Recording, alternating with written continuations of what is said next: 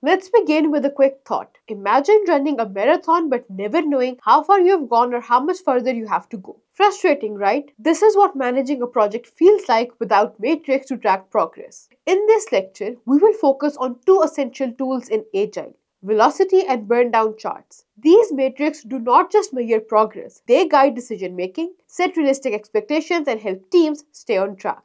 In this lecture, you will learn how to calculate and use velocity and burndown charts effectively. Understand how to interpret these metrics to guide agile teams and improve project outcomes.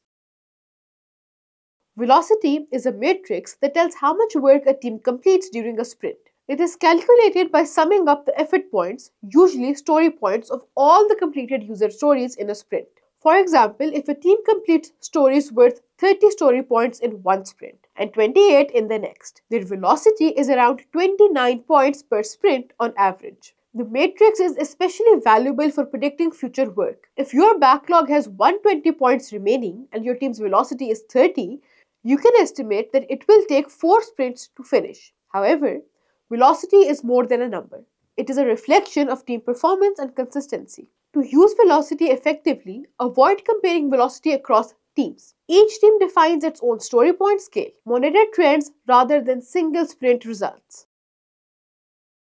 Burndown charts visualize the remaining work in a sprint or project. The chart typically has two axes: time on the x-axis and remaining effort, and story points or hours on the y-axis. As the sprint progresses, the line on the chart burns down towards zero, ideally following a steady path. For example, if a sprint starts with 50 story points and the team completes 10 points daily, the burndown chart will show a straight decline over 5 days. If the line deviates significantly, it might indicate roadblocks or an overly ambitious sprint scope. Burndown charts are great for identifying trends. A flat or upward line indicates work is being added or not completed as planned.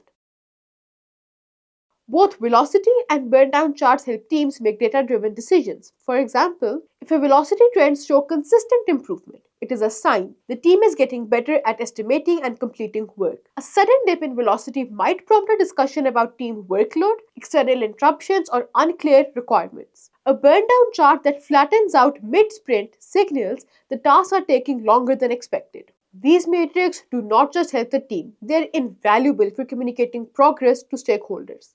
Showing a burndown chart during a sprint review can visually explain where the team stands and what challenges they face. Imagine using a fitness tracker to train for a marathon. Velocity is like your tracker's step count. It shows how much you have accomplished each day and helps you set a consistent pace. The burndown chart is like your tracker's goal progress bar. It shows how close you are to completing your training miles, like a fitness tracker. Velocity and burndown chart keep you informed, focused, and adaptable, ensuring you reach your goals efficiently. Create a sample backlog with 50 story points and simulate a sprint. Track progress daily and create a burndown chart.